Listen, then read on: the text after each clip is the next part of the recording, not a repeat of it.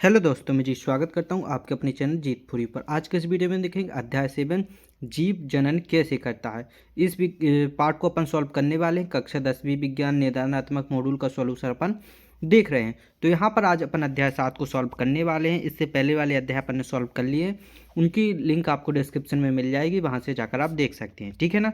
तो आपको इसको सॉल्व करने से पहले एक बार इसको रीड कर लेना है। जो भी अपने चित्र दिए गए हैं वो जो हैं वो सब अपने प्रश्नों में काम में आने वाले हैं।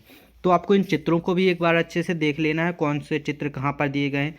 जैसे पुनरुद्भवन, कायिक जनन, ये पौधे के विभिन्न भाग दिए गए हैं, पुष्प के विभिन्न भाग दिए गए हैं।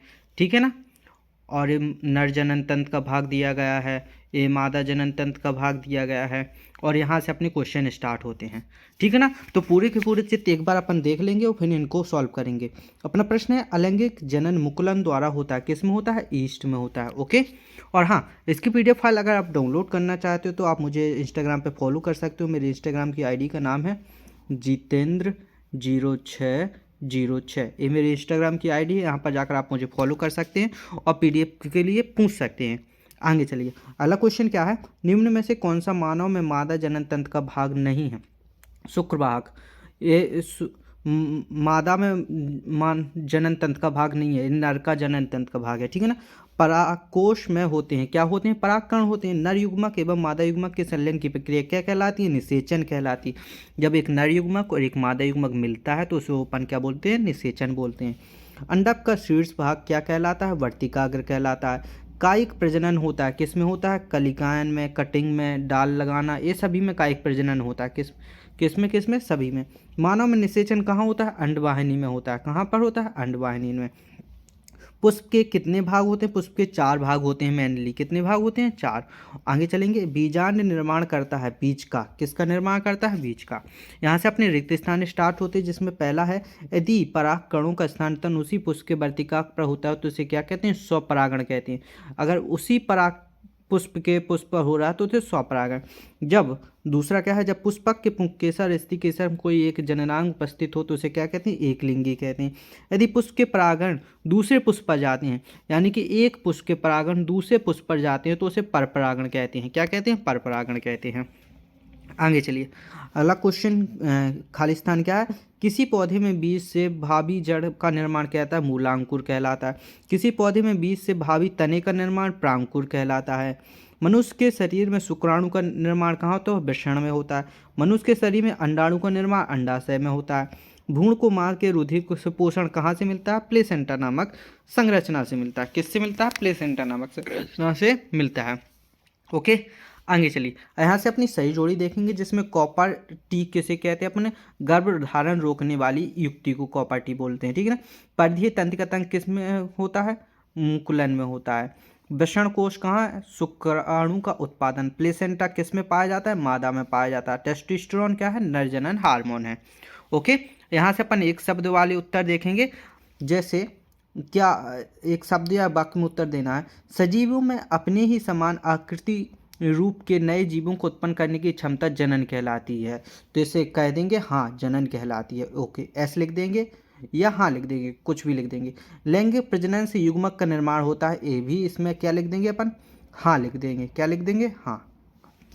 ओके।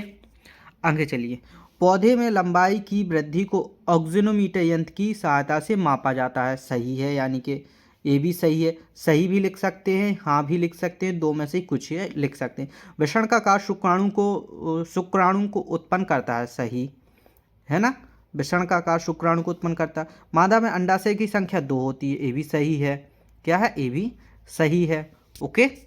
आगे चले, अब यहाँ से आगे देखेंगे, मादा मनुष्य में यौनारंभ कब से प्रारंभ होता है? 12 से 14 वर्ष के बीच में प्रारंभ हो जाता है। ठीक है ना। कब से हो जाता है? 12 से 14 वर्ष के बीच में।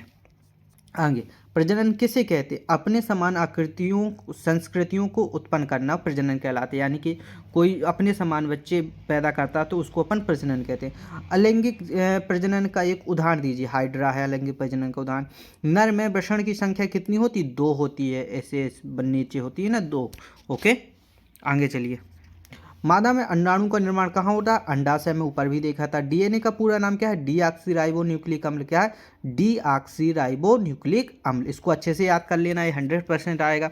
आगे चलिए, हाइड्रा में प्रजनन किस विधि के द्वारा होता है? मुकुलन विधि के द्वारा होता है। किस विधि के द्वारा? मुकुलन।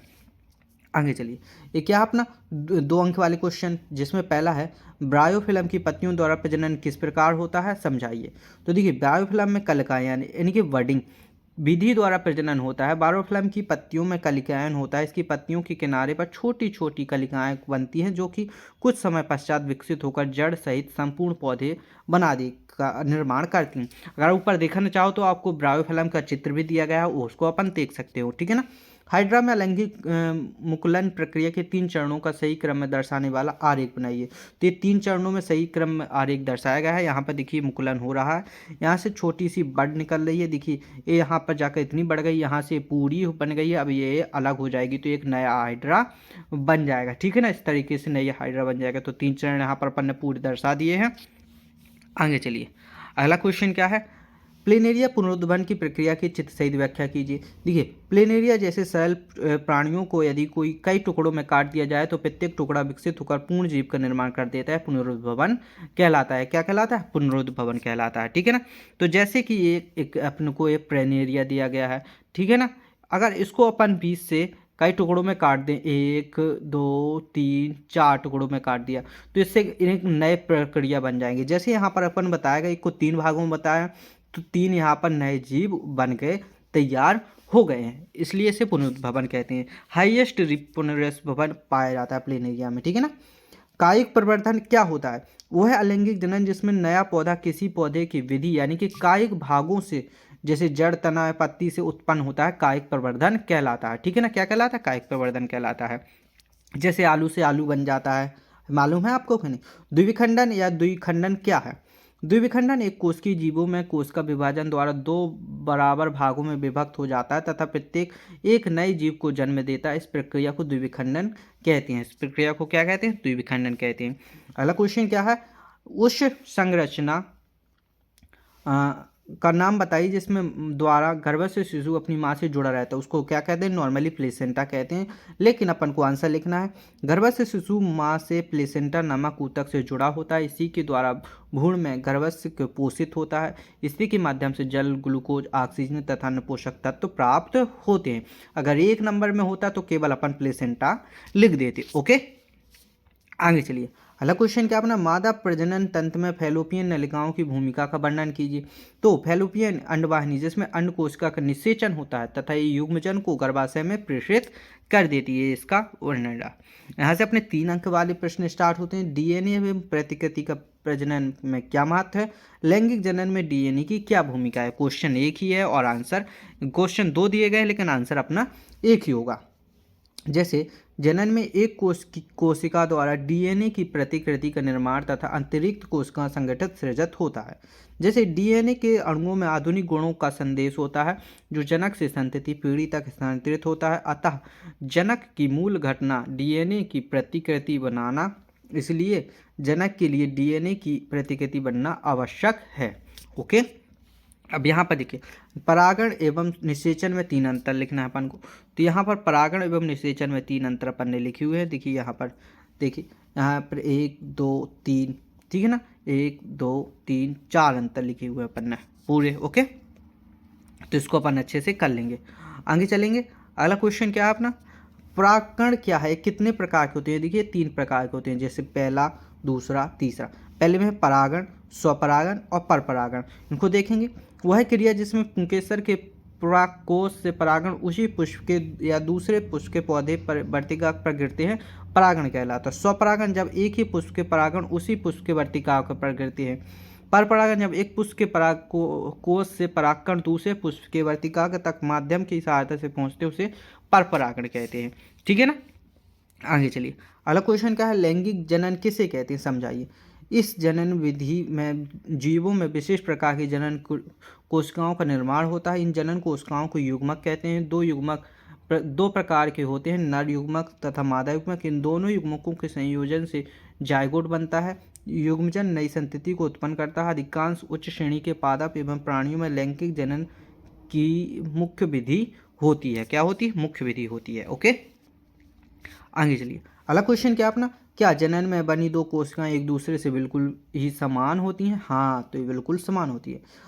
अलैंगिक जनन में बनी दो कोशिकाएं बिल्कुल समान होती हैं। किसी जीव के अलैंगिक जनन से उत्पन्न समजात संतति को उस जीव के क्लोन कहते हैं, क्योंकि उनका एकल जनक होता है और उनका डीएनए जनक के डीएनए से एकदम मेल खाता है। लैंगिक जनन में समरूपता नहीं होती, क्योंकि लैंगिक जनन में दो जनक भाग लेते हैं जिनके गुण भिन्न होते हैं। क्या होते हैं? भिन्न होते हैं।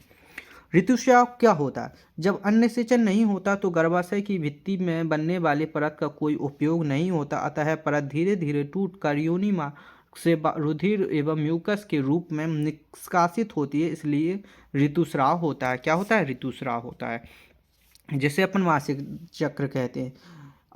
अलैंगिक जनन की अपेक्षा लैंगिक जनन के लाभ क्या हैं? लैंगिक जनन के लाभ देखिए यहाँ। लैंगिक जनन में संतति के गुणों में विकास की संभावना होती है, जो अलैंगिक जनन में नहीं, और नवीन संतति में विभिन्नता का विकास होता है, जो अलैंगिक जनन में नहीं होता। लैंगिक जनन के फलस्वरूप उत्पन्न विभिन्नताएं उस स्पीशीज के अस्तित्व को बनाए रखने में सहायता होती हैं, जो अलैंगिक जनन में संभव नहीं, और तथा अलैंगिक जनन की अपेक्षा लैंगिक जनन के अनेक लाभ हैं। चलिए, अगला क्वेश्चन क्या है, ऊतक संवर्धन तकनीक किसे कहते हैं? समझाइए। तो ऊतक संवर्धन तकनीक ये रही अपनी, देखेंगे क्या है। भाग से पृथक नए पौधे उगाए जाते हैं। इन कोशिकाओं को कृत्रिम पोषक माध्यम में रखा जाता है, जिससे कोशिका विभाजित होकर नए कोशिकाओं का छोटा समूह बनाती है, जिसे कैलस कहते हैं। कैलस के वो वृद्धि एवं विभेदन हार्मोन युक्त एक अन्य माध्यम में स्थानांतरित करते हैं। पौधे को फिर मिट्टी से रोप देते हैं, जिससे कि वृद्धि कर विकसित पौधे बन जाते हैं। ऊतक संवर्धन तकनीक द्वारा किसी एकल पौधे से अनेक पौधे संक्रमण युक्त मुक्त परिस्थितियों में उत्पन्न किए जा सकते हैं। इस तकनीक का उपयोग सामान्यतः सजावटी पौधे के संवर्धन में किया जाता है। यहाँ से अपने 4 अंक वाले प्रश्न स्टार्ट होते हैं, जिसमें पहला है, गर्भनिरोधक युक्तियाँ अपनाने से क्या कारण हो सकते हैं? देखिए, यौन लैंगिक क्रिया द्वारा गर्भाशय की संभावना सदैव ही बनी रहती है।